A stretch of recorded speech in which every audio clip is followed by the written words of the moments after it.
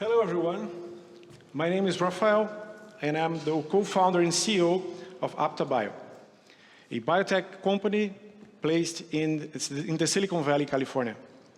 We are working in the forefront of a proprietary rejuvenation technology that can rejuvenate cells in a completely new way. So as I'm going to make some bold statements today, I'll start introducing some of the people who are backing us up.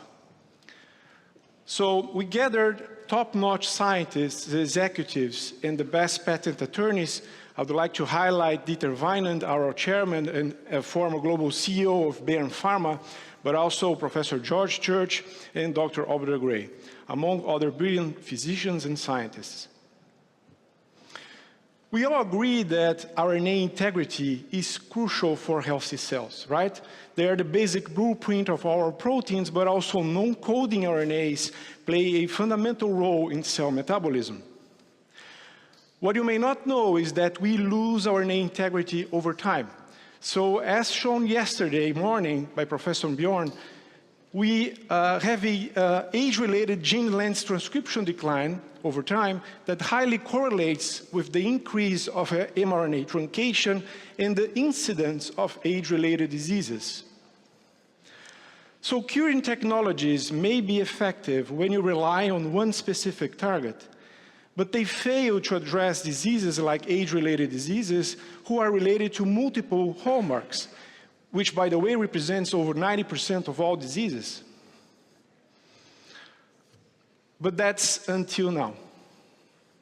Aptah Bio developed the first and so far the only drug able to restore overall RNA integrity and expression balance. And by doing that, we can reduce the expression of multiple toxic proteins at the same time. This is an alternative method to cell rejuvenation beyond partial reprogramming, but we can overcome most of current challenges. So how do we do this? We target U1 SNRP. U1 SNRP is the most abundant nuclear complex in all our cells.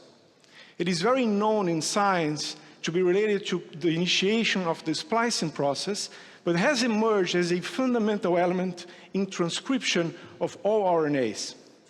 If U1 SNRP is misassembled, it leads to aberrant RNA expression. We have performed over 35 different studies all over the world, and we have successfully restored 30 years of RNA damage in only 7 days of treatment in human neurons. In AD models, we have restored the integrity of multiple important RNAs at the same time and reduced only the toxic form of proteins on multiple targets, beta amyloid, TDP43, phospho-tau, and many more. We also saw morphological changes to a better way, and also we have restored the synaptic levels within a healthy level. We reproduced the same results in different animal studies, and we have also accessed the brain inflammation. So we have restored the physiological response to brain inflammation. Now we have challenged our compound to the most aggressive brain cancer, which is glioblastoma. And using our rejuvenation technology, we have already, in our preclinical data, overcome all current studies under development. We expect remission within the next study in 45 to 60 days, and we are eager to start our first in-human study within 12 to 18 months. By the way, it had no morbidity signs. Lastly, we have a project with UCSD and NASA, so our molecule is being sent to space, to the International Space Station in a couple of months. Our pipeline includes ophthalmology indications and other indications which are already under co-development agreements. So we are raising $15 million in order to finish our first in-human clinical studies within the next 24 months. Thank you very much. You can access our banner, and if you have time, please take our printed ones and our tear sheets. Thank you very much. And please take it home. It's another bag that I have to bring back to California. Thank you. Very impressive data. So can you elucidate a little bit more about what the drug is? Yes. The drug is a synthetic, rationally designed synthetic cDNA single-stranded, right? So basically, we are not silencing anything. It works as a template. So from a safety perspective, it's very interesting. We are just making sure that that specific compound, so the complex U1, is working fine. And by doing that, we can assure that the transcription step and later on the splicing steps will occur as naturally, right? Last question. I want to challenge your fundraise requirements. Yeah. So you've just showed your pipeline. Yeah.